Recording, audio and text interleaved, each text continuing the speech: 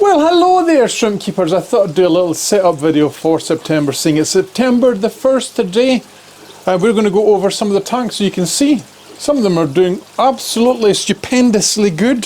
So we have changed a few things, guys. So I want you guys to stick around for the entire length of the video because I'm going to drop a couple of little key points in here now and again so you can learn to keep shrimp better, alright? Let's start off with, let's do this rack at the back first. And let's see what has changed over here. Let me turn the little screen around so I can see what I'm looking at. Alright, so the big tank at the top is doing great. Guys, by the way, you probably noticed this as well. Remember I told you I changed my light times from 4 to 8 hours. Woohoo, what a difference it's made. Look, let's just have a little quick glance over the tank so you can see the plant growth. There's Lucy running in. Plant growth. Right, and bear in mind, I've actually taken a lot of this stuff out like 2 days ago, and it's just grown like mad. Everything. So I'm happy with that, I'm fine with it. That's what we want. This is getting really overgrown. Some of these tanks I'm actually having to put in these little tube things that you can make with a valve on it, just to make a circle to try and push back all the stuff. I'm having to do it in a lot of my tanks. I took out handfuls and handfuls of stuff with this tank yesterday, and yeah. So don't go with 4 hours in your shrimp room because you just end up with like stunted plants. And I have noticed as well, since I went back to 8 hours, I'm actually seeing a little bit more algae on the glass again, and the shrimp are much more active, and I'm seeing more bedded shrimp. We have babies galore in some of the tanks. So yeah, where were we? We were over here. We're looking at this big tank at the top. You can see here lots and lots of fancy crystals in here. Guys, I think what I'm going to do today as well is I'm actually going to make this kind of a quick video because I know if nothing major changes, sometimes it can get a little bit boring. Right, so I'm going to show you the tanks quickly and the major changes, and then you can get on with your day. Right, so my little tank down here is, this was the wine red tank. It only has about 5 shrimp in it, and I'm not giving up on it because yeah, we have discovered some key points. I'll share that with you in a little while. Some key points for successful shrimp breeding, and that goes for Neocaridina and Caridina as well. They're two slightly different things, but yeah, we'll go over it in a second. Shall we actually just do the little tip I was going to give you for the crystals? The bee shrimp, because it works amazingly good, right? And that is the key to keeping a bee shrimp successfully. Is the number one thing, guys. What do you think it is? Before I say it, leave a comment in the comment section below. What do you think it is? It is keeping your water super clear. Crystal clean is what you want your water to be like with bee shrimp, right? If you overfeed the tank and you put pollutants into the tank, you'll see dead shrimp. It is that simple. Right, because it is a tad different when we do bee shrimp tanks to our bigger tanks. I've briefly talked about this before, in that we can't change the water as much in these tanks because yeah, there's an active soil. The soil is there to do a job, right? And if we're constantly removing the water, the pH starts to jump up and you have issues and blah blah blah blah blah. You get the point, right? So the secret to keeping bee shrimp is to keep the water super clear, and that means feeding the tank less. Capiche? Let's go to the next tank because I said it was going to be a quick video. This is an ADA tank that I've just set up.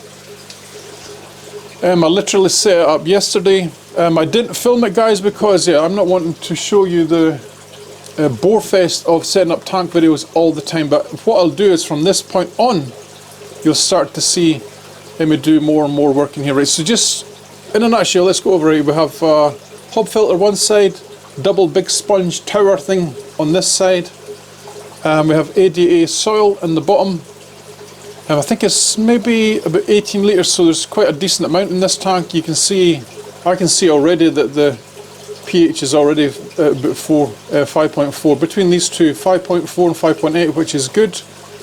I will leave this tank for a good month before I even consider putting in the shrimp in it, guys, and then we'll take it from there. We'll just see how the plants get on as well, because I want these plants to grow like the clappers before we do anything, right? So this hornwort at the back, just normal Java moss on the front, 2 bits, and we're going to go sparse as if the plants in this tank, because I want to see if we can get the Java moss to grow really, really well in this setup, right? So hopefully it should, fingers crossed. I took the last of the remaining shrimp out this tank yesterday. You can see it's a bit overgrown, so there's nothing in here. This one's to get changed. Yeah, this is the cherry shrimp tank. It's doing okay. I can probably do with upping my water changes just a tad. These guys are doing okay as well. They were having the thing with the deaths just over and over and over, and now it's stabilised. Again, key was not overfeeding the tank. This tank here is also an ADA tank. This one was, what was this called? I can't remember, I'll tell you in a minute. Brightwell, something, I can't remember. This was ADA V2, this one, and I put 3 little shrimp in here yesterday just to test the water, and they seem to be doing fine. These guys will be my, yes, we're going to do a little project in here, and it's going to be my pure redline tank, right? Because I figured, guys, if we have Santas over here, how do you make Santas? You make them from pure redline, right? So if I keep the crystal culls from it, we will have crystal pure redline eventually. You know what I mean? So that makes sense. Tangerine Tiger tank is doing good. These guys are doing okay. I'm a little bit, I don't know, I wouldn't say worried, but I'm a little bit concerned that they still haven't had successful batches of babies. I mean, because you look at the adults, they're very big. And they're very active as well. So again, I think this maybe just needs time. Sit on our hands, reduce the feeding, and yeah, just do it properly. Let's go over to this little tank up here. This one is doing really, really well as well. Shrimp are very, very active. We're seeing babies here as well. I have a lot of my fishbone culls and stuff in here. You see a lot of these girls are buried as well. Another fishbone, galaxy fishbone. There's not bazillions of babies in here, but guys, this tank was again another tank of death, and the key again is to not put in so much food in the tank, and then you'll start to see baby shrimp surviving. Right, so let's have a look at some of my other tanks. This is a good example of it. I think this tank, the last time I said to you guys, oh, there's no baby shrimp in here. There's actually quite a lot of baby shrimp in here now. All over the place. You probably see them just in the plants and whatever else. I'm going to try and keep my hand out the way of the camera so you can see what I mean, but yeah, see the baby shrimp up here and there? There's quite a few of them all in the dishes and whatever else. And guys, you can probably see the difference when we're pumping up the lights to the 8 hours a day. Shrimp are mega active. Another baby there. So yeah, so they've had another batch in here, but this tank is probably one that's doing the best right now in my room is this one. This was my crossbreeding project with my German spotted head pinto and my fishbone. I've decided to remove the German spotted head and keep this as a galaxy fishbone tank, because that is what I'm seeing the most. These guys are gorgeous, look at them. And the good thing, guys, is these have had multiple batches of babies as well in here, right? If I remember right, I'll put up some clips into maybe this, here's my finger up here in this corner so you can see, because they've had a lot of babies. It's not always possible for me to point at them and show you on here because they're so small, but I can see them with my eyes, but you might not be able to see them. And they're all over the place as well. So I reckon they've had at least 2 good batches of babies in here, which is awesome. Aren't they beautiful? Look at them. On to the next tank. These guys did have a batch of babies in here. Remember I said there was 3 left in this tank. They did have a batch, but yeah, I don't see a single one that has survived. But all the adults are still alive. So again, guys, remember what we're talking about. Be patient. My God, look at these buried girls here. Look at them. You see their berries? You can quite clearly see they're buried in there. Yeah, you just have to make sure that you cut down on the feeding, and your shrimplet survival rate will go up. I'm not sure if I fed these crayfish. No, I don't think I did feed the crayfish today, but you can see the sizes of them. Guys, what's funny is I noticed that the sponge filters are all rounded off, right? And this is from the Marissa snails munching on the sponge filters. Let's have a little look. I do apologise for the glare, but we're in a shrimp room with bazillions of lights. Let's see what the calcio are doing. Hello, hello, calcio. This tank is so full of plants, isn't it? It's awesome. There's not so many calcio come out for this food, but guys, you have to remember, right, when you feed stuff like nettles, nettles isn't an instant food. When you put it in, they don't instantly come to it. You basically have to wait until the food goes off a little bit, and then the shrimp come out and start to munch it all to bits. So sometimes when you put nettle in like this, it looks like the shrimp are not interested. It's just because it's not soft enough for them to eat yet. Even though I did actually boil this, so it should be soft enough, but yeah, sometimes it's not quite soft enough. But the tank is doing awesome, isn't it? Doing really good, lovely orchids. Let's jump straight over to my orange eye blue tigers. These guys are doing really good as well. They're having lots and lots of babies. Very, very pleased with the way this tank is going. Try to see if I can see the Bristlenose Pleco that's in here. But the one that's in this tank is quite active, the Bristlenose Pleco. Let's see Opa Ule. Doing good. I put some food in there, but the food has went to the back. You can probably just see them. So when I put stuff like nettles and whatever else in these tanks, the plecos just don't seem to eat the nettle quite the same as they would if it was spinach and stuff. I've noticed that. Where's the golden pleco that was in here? Hiding somewhere. Same thing again. Nettle leaves are not quite soft enough, I can tell, because the shrimp are. You can see there's a lot of shrimp, but they're not all on it. Green jade tank. Where's the snails in here? The big Bristlenose Pleco that is in here, guys. I think I've seen it twice. I actually thought it had died, and then I saw it again. It's really, really shy, this fish. But this tank is doing good. We just have to keep up with our water changes and whatever else. Super Crystal Reds, there's a good example of a little shrimp there. You guys maybe just see it. That I would take it as a candidate for our pure red line, to get our little pure red line colony going. I think that might be a good one to do, because it's white in the middle, you see it. I'm going to have to steal that one out of this tank and put it into the other tank.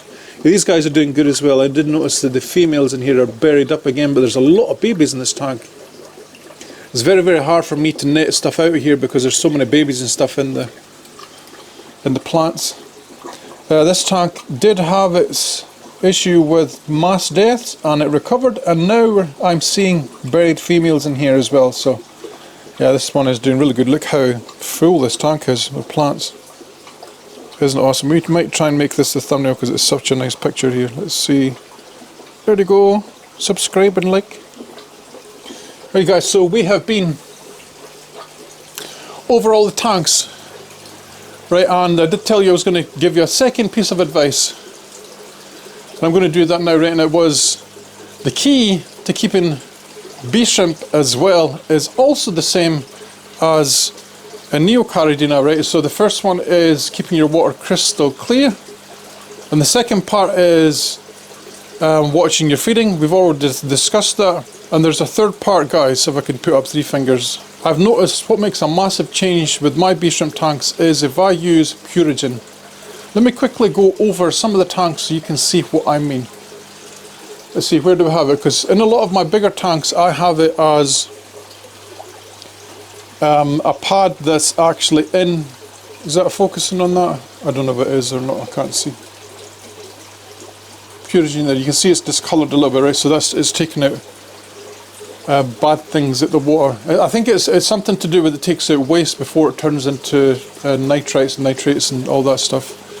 And I've noticed my shrimp have really, really coloured up since I've been starting to use the array. So most of my hop filters in my tanks that you will see like this, I have one of these Purigen pouches. Do I have one here? Let me just check. I probably do have one right here, just to show you. Yeah, and the shrimp are much, much more active than they were before. Let me just put you down so I can actually open this for a second in here, because you have to keep them damp. That is a good thing with the Purigen, is they're some kind of little polymer bead, and you don't want them to dry out completely. Right, so this is what they look like. Purigen, I love this stuff. And the reason I go for Purigen, guys, over stuff like active carbon, right? Active carbon will strip all the nutrients of the water. This only takes certain things of the water. And yeah, the shrimp, I've noticed a big difference in how active my tanks are with Purigen in it. It's just amazing stuff. I'm trying to, let me see, do I have it anywhere over here? I'm trying to look at the best examples for you guys to see. I'm not sure, do I have any here? I don't. Do I have any over here? So it's no coincidence that as soon as we started to look, another baby up there, look, little bambinos. It's no coincidence that as soon as we start to do this, yeah, I have Purigen on all these tanks here, that we started to have more and more success with breeding these bee shrimp. Because you guys, you will remember, I did say to you that there was no baby shrimp in these tanks last time. Babies. There's babies on the glass. Come over here. If you have good vision, you can see all these fishbone babies. There's a little blue bolt there, fishbone baby there. And there's in this tank specifically, there is a lot of them. They're all over the place. So that means that our batches of shrimp are surviving, right? Because I'm not just having teeter top babies in here, I'm noticing that there's a bigger size as well. So one batch is surviving and then they're having another batch, right? So we are on the right road. Get yourself some Purigen